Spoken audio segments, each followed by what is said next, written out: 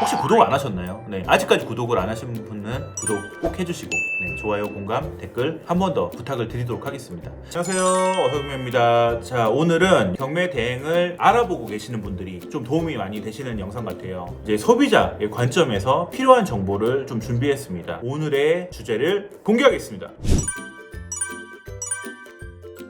그동안 유튜브나 네이버 통해가지고 정말 많은 분들이 경매 대행의 장점에 대해서 몇 년 동안 너무 많은 얘기를 하셔가지고 이미 알고 계신 분들이 너무 많으실 거예요. 경매 대행 시세보다 싸다, 대기업 경매라 안전하다, 그리고 좋은 차량을 골라서 오시지 않고 탁송으로 보내드려서 비대면 스마트 거래에 아주 적합한 좋은 시스템이다. 저 역시도 이제 그런 얘기를 많이 했기 때문에 참 드릴 말씀은 없습니다. 저도 이제 주 5일 경매장을 다니고 이쪽 일을 유튜브랑 병행하는 입장에서 이렇게 멀리 떨어져서 소비자 입장에서 경매 대행을 바라봤을 때 과연 단점은 없을까? 이 생각을 처음으로 해봤습니다. 그러니까 소비자분들이 느끼시기에는요, 이런 부분은 좀 단점이실 수 있겠구나 라는 부분에서 이 영상을 좀 준비하게 됐습니다. 자, 하나씩 시작해 보도록 하겠습니다. 첫 번째는 차를 보지 않고 신뢰만으로 중고차를 거래해야 됩니다.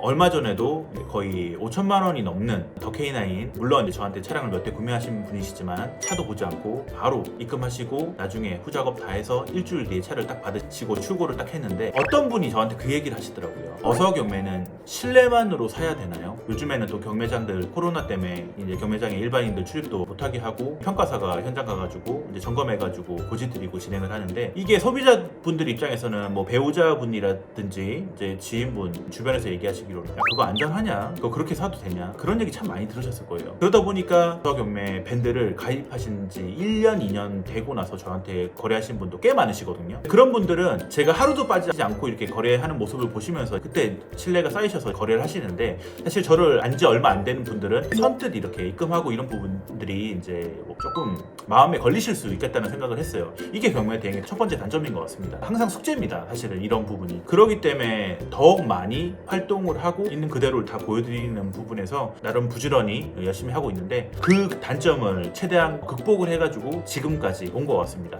자, 두 번째 같은 경우는 중고차 경매 생각보다 싸지 않은데 경매라고 하면 한 반값 이렇게 싼 거 아니었어? 이런 거를 기대하시는 분들 계세요. 생각보다 싸지 않은데 라는 얘기를 진짜 많이 듣습니다. 다른 Q&A 영상에서 말씀을 드렸듯이 보통 일반적으로 시세 대비 한 10% 정도 다운으로 저희가 경매 상한가를 예측을 하는데, 소비자분들의 기대치가 일단 높으셔서 생각보다 싸지 않다는 얘기를 하실 수도 있고, 그리고 경매는 시작가라는 게 있습니다. 시작가를 출품자가 정하는데 시세가 3,000에서 3,100 정도 되는 차가 시작가가 2,500에 나왔어요. 근데 경합이 붙어가지고 2,000 후반까지 올라왔습니다. 물론 시세보다 한 그래도 1, 200 정도 싸게 낙찰이 됐죠. 근데 느끼시기에는 잘 모르시니까 입찰 그 경쟁 올라가니까 생각보다 싸지 않은데 라고 생각하실 수 있어요. 근데 이 구조를 완벽하게 이해를 하시게 되면 사실 이것도 이 정도 싼 게 어디야 라고 하시는 것이기 때문에 이제 경매로 사시는 겁니다. 경매라고 완전 헐값에 진짜 법원에 압류 당하고 시동도 못 걸어보고 저당 잡히고 이런 차량은 사실 저희 쪽에 출품도 안 돼요. 그렇기 때문에 소비자분들이 느끼시기에는 완전 싸진 않네, 그 얘기를 참 많이 하시는 겁니다. 이게 두 번째 단점이라고 제가 생각합니다.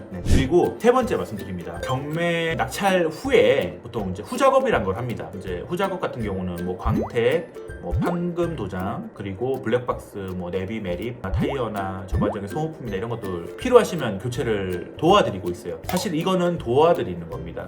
이거를 강압적으로 하시라고 하는 게 아니라 필요하니까 외부에서는 좀 더 가격이 높을 수 있으니 저희 협력점을 이용해서 제가 좀 더 싸게 해드릴게요, 이렇게 도와드리는 개념이라 선택사항이세요. 필수 같은 경우는 중고차 의무 성능이랑 탁송, 이거 딱 두 가지입니다. 그래서 요즘에는 세차도 안 하고 나가신다는 분 계셔가지고 제가 쓰레기 정리 조금 해가지고 소독만 해서 보내드리기도 하는데, 예전에 낙찰을 받으셨는데 후작업을 좀 비싸게 작업하시는 분들이 어서경매로 많이 넘어오셨었습니다. 있는 그대로를 말씀을 드리면 필요한 것만 작업을 하시면 사실 비용 자체가 그렇게 많이 안 듭니다. 중형차 기준 기본 광택 세차 한 20만 원 정도로 잡고 엔진 오일 갈고 에어컨 필터 그리고 블랙박스나 내비멜 이런 거는 필요해서 하시는 거잖아요.